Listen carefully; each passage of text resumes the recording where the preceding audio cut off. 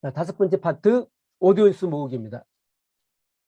자, 틈새 시장에 오디언스를 끌어들이고 플랫폼을 선택하고 자산을 개발해서 일정을 확정한다라는 부분에서 그 다음에 그걸 기반으로 해서 구독자를 확보를 할 시스템을 구축한다는 겁니다.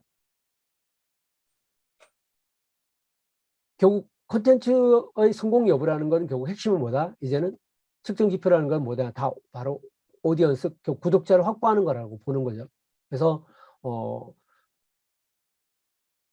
그 방법 자체는 결국은 우리가 뭐 다른 여러 가지 방법도 있지만 이 컨텐츠 비즈니스 핵심보다 컨텐츠를 무료로 제공한 다음에 나중에 이런 걸 통해서 관계를 만들고 관계를 기반으로 해서 수익으로 전환하는 거다라는 겁니다.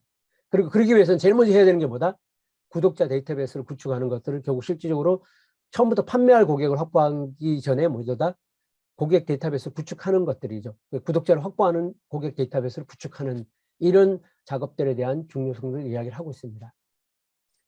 그래서 구독자도 등급이 있는데, 그러니까 이건 통제할 수 있는 통제력과 관련되어 있는 것들이라 볼 수 있습니다. 내 홈페이지에 회원일 때, 뭐 아니면 이메일 뉴스레터 구독자일 때에서부터 밑으로 내려갈수록 통제력이 떨어지는 요소를 이야기를 하고 있는데, 여기 하단에 있는 통제력이 떨어지는 요소들을 상단으로 끌어올리는 것에 대한 그런 어떤 고객 등급들을 통제할 수 있는 권한을 만들어내는 것 자체가 특히 DB를 만들어내는데 핵심적인 중요 요소라고 이야기를 하고 있습니다.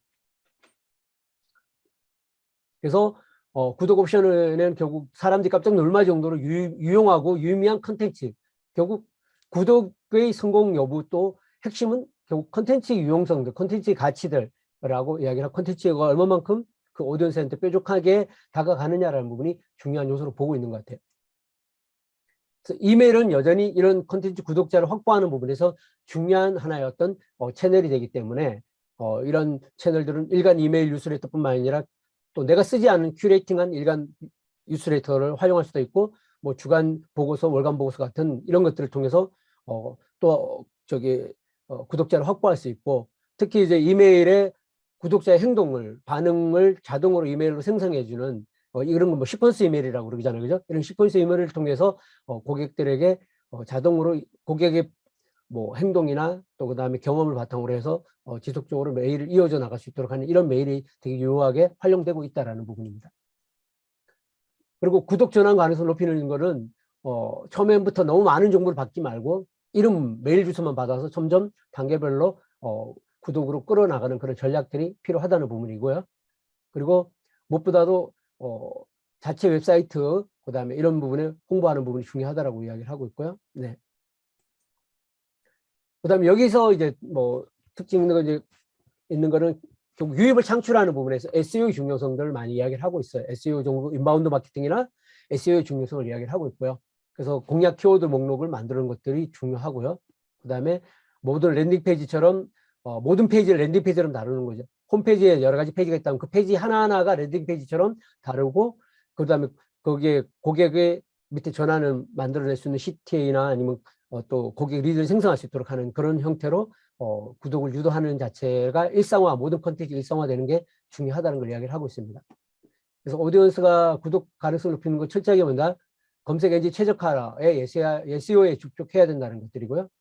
그리고 이런 여기 같은 경우도 SEO를 통해서 결국 2배 이상 증가했고 사업도 2배 이상 성장했다는 겁니다. 그리고 특히 이제 이런 SEO를 통해서 신규 구독자가 대부분 신규 검색 엔진을 통해서 들어온다는 것을 사업적 경험을 통해서 이야기를 하고 있습니다.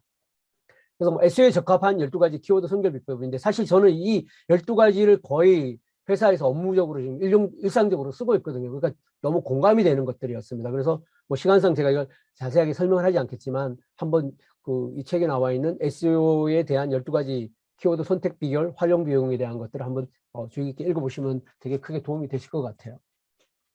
그다음에 이제 오디언스 훔치기 부분에서 이 부분에서는 이제 인플루언서를 활용하는 것에 대한 사례를 꽤 긴 페이지를 통해서 설명을 하고 있는데 제가 그냥 그거는 한 페이지로 요약을 했습니다. 그래서 인플루언서를 잘 활용하는 것도 오디언스를 모으는데 되게 중요한 하나의 통로가 될 수 있다는 걸 이야기를 하고 있어요. 그래서 그 오디언스를 요약을 할 때 브랜드 인지도, 참여, 잠재 고객 창출 방법, 판매, 고객 유지 충성도, 상향 판매, 교체 판매의 인플루언스를 통해서 어떻게 새로운 오디언스를 확보할 것인가 대한 것들을 검토해야 될 중요 사항을 이야기를 하고 있습니다. 그 다음에 콘텐츠에 맞는 소셜미디어 찾기 부분입니다. 그래서 여기도 작은 규모로 시작하는 게 최선이고요. 그 다음 타깃 오디언스가 어떤 채널에 집중해 있는지에 대한 것을 먼저 파악하는 게 핵심이고, 결국은 뭐냐면 채널이 너무나 많은 채널이 있기 때문에 내 컨텐츠 비즈니스, 내 컨텐츠 주제에 맞는 어떤 채널에 집중하는 것이 필요한 것인가라는 판단하는 게 되게 중요할 것 같습니다. 저번에 이제 지난달에 했던 송숙희 저자 같은 경우 블로그 채널에 모든 거에 올인을 하는 거를 이야기를 하고 있었잖아요. 그죠? 근데 요즘 새롭게 뭐 유튜브뿐만 아니라 다양한 채널들이 존재하기 때문에 내가 추구하는 컨텐츠와 또 거기에 오디언스들 어떤 채널에 집중해 있는가라는 거를 선택적 집중이 되게 중요한 요소가 될 것 같습니다. 그리고 그런 부분을 테스트하는 게 중요한 거고요. 무조건 많은 계정들을 만드는 걸 중요하지 않고요. 채널 우선순위를 매기고 집중하는 게 중요하다라고 그러고 한두 채널에 집중하는 것들이 중요하고, 그다음 기본 플랫폼이라는 건 내가 통제할 수 있는 플랫폼을 기본으로 해서 소셜미디어와 연계하는 방식에 대한 어떤 그런 소셜미디어와 전체적인 어떤 연계성들에 대한 거를 기획을 하는 것 자체의 중요성을 이야기를 하고 있습니다. 소셜미디어 같은 경우도 결국 여기서 이야기하는 목적이 뭔지, 또 고객이 원하는, 내가 타겟으로 모으고자 하는 오디언스들의 행동이 무엇인지, 오디언스가 원하는 콘텐츠 유형은 무엇인지, 그 채널에 맞는 뭐 톤앤매너는 어떤 건지, 또 이상적인 빈도는 콘텐츠를 어떤 빈도로 갖고 노출하고 어떻게 하는 건가에 대한 이런 계획 자체가 오히려 핵심적인 요소라고 이야기를 하고 있습니다.